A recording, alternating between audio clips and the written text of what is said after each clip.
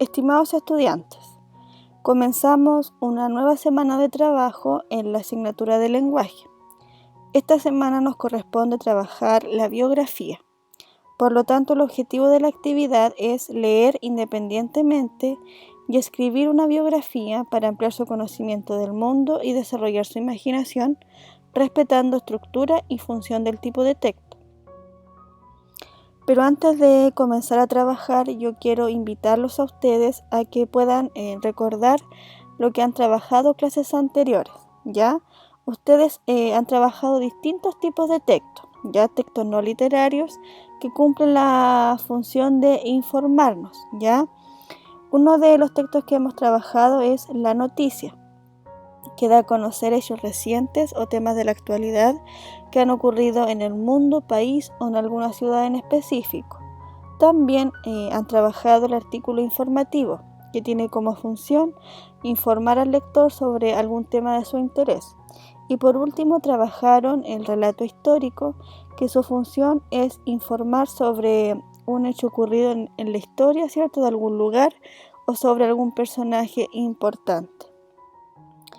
Y hoy vamos a trabajar un nuevo tipo de texto, ¿cierto?, que son las biografías. ¿Qué son las biografías? A ver, ¿alguien ha escuchado hablar sobre las biografías o sabe lo que es una biografía?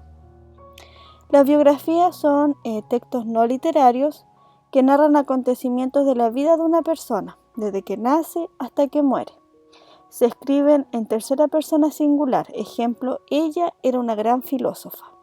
Es decir, escribo de otra persona distinta a mí.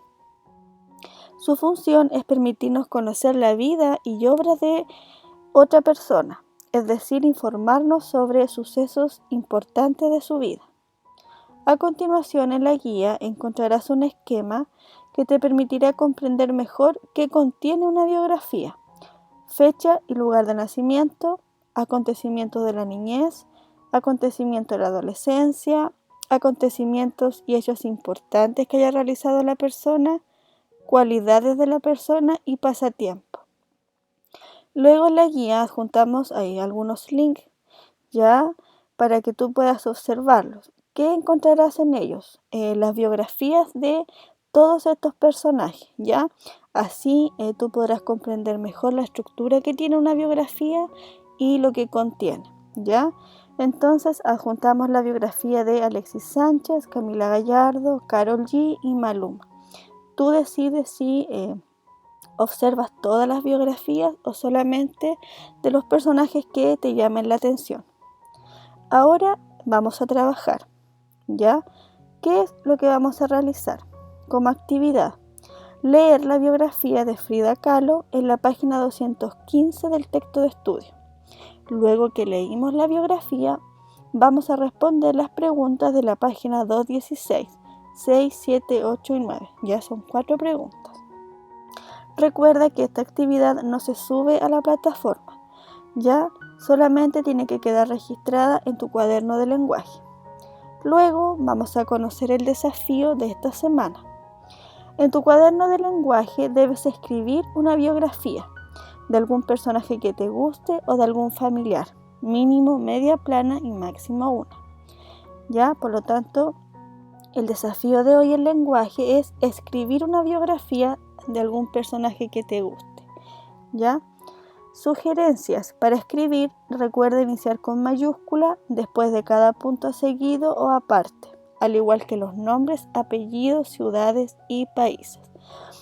Recuerda que tienes plazo para enviar tu desafío hasta el viernes 2 de octubre. También es importante que ustedes puedan leer la rúbrica con que se evaluará el desafío.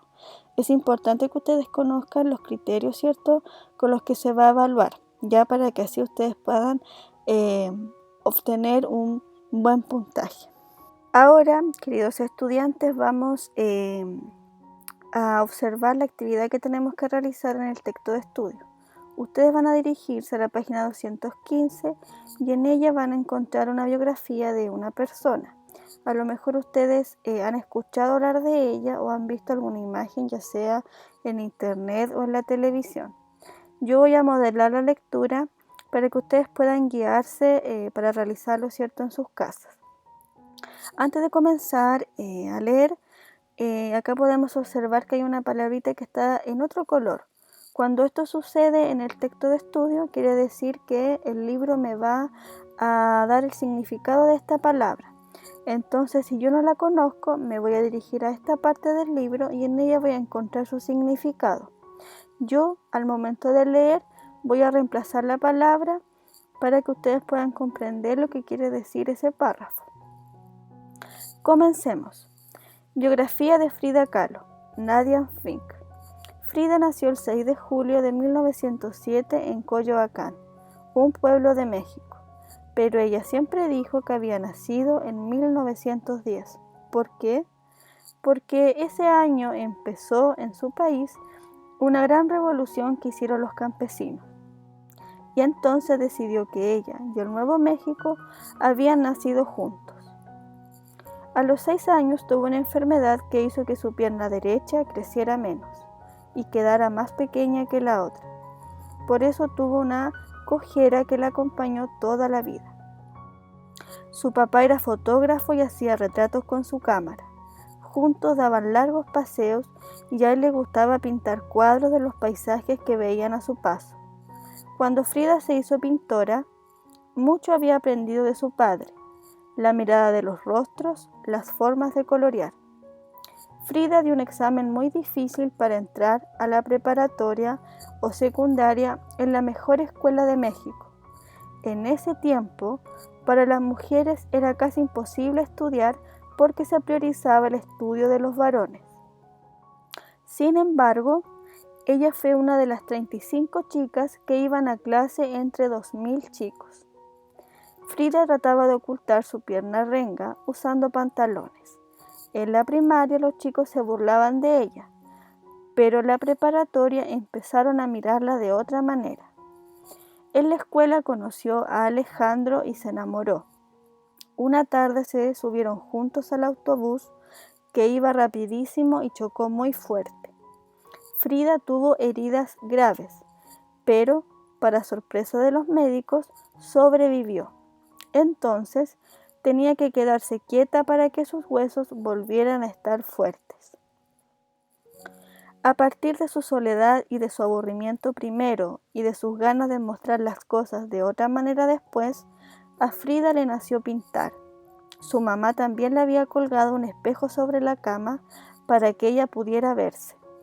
Al principio a Frida le enojaba verse tan inmóvil, pero después decidió ser su propia modelo. Si tenía que ver esa cara todo el día, iba a ser su fuente de inspiración.